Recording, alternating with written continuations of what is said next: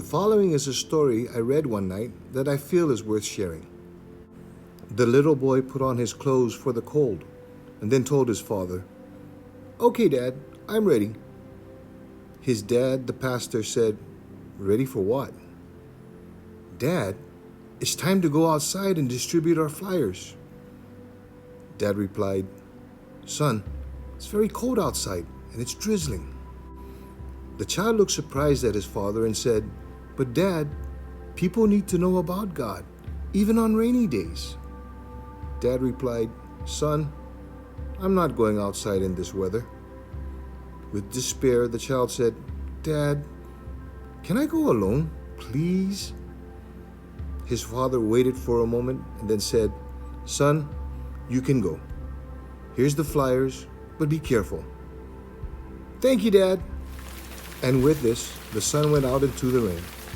The 11-year-old walked all the streets of the village, handing out the flyers to the people he saw. After 2 hours walking in the rain and in the cold, and with his last flyer in his hand, he stopped in a corner to see if he saw anyone to give the flyer to. But the streets were totally deserted.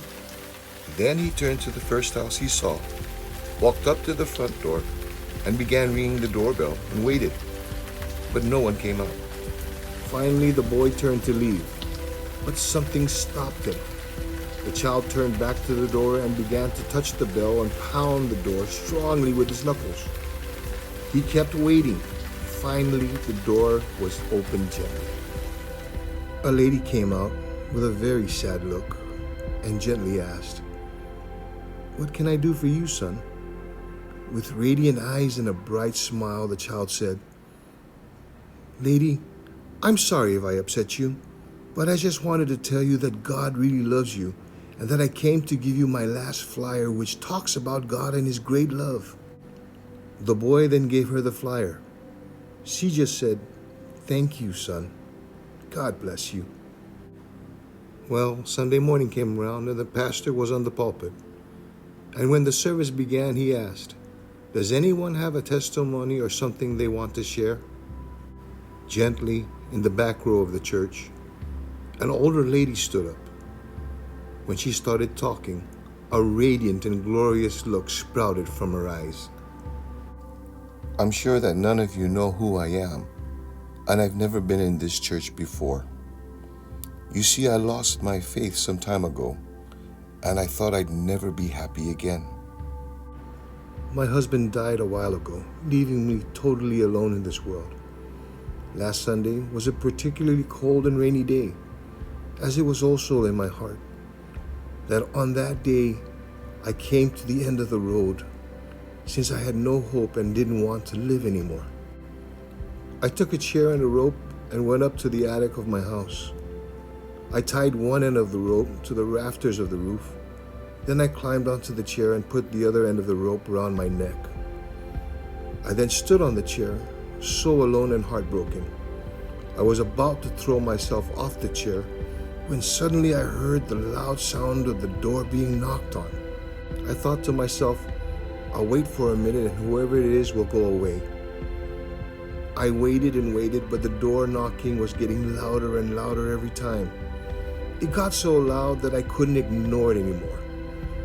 So I wondered who it could be. No one ever comes close to my door or comes to visit me. I released the rope from around my neck and went to the door, while the bell was still ringing and the door was still being knocked on. When I opened the door, I couldn't believe what my eyes saw.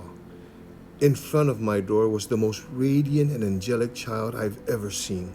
His smile, oh, I could never describe it.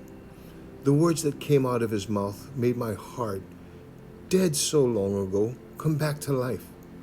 When he said with the voice of cherub, "Lady, I just want to tell you that God really loves you."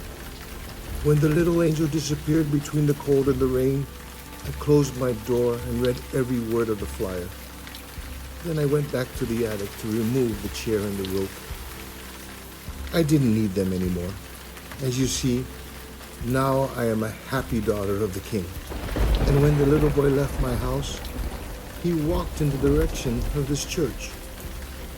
I came personally to say thank you to that little angel of God who came just in time and in fact to rescue my life from an eternity in hell and replaced it with an eternity in God's presence. Everyone cried in the church. The pastor, he came down from the pulpit to the first bench of the front, where the little angel was sitting. He took his son in his arms and cried uncontrollably.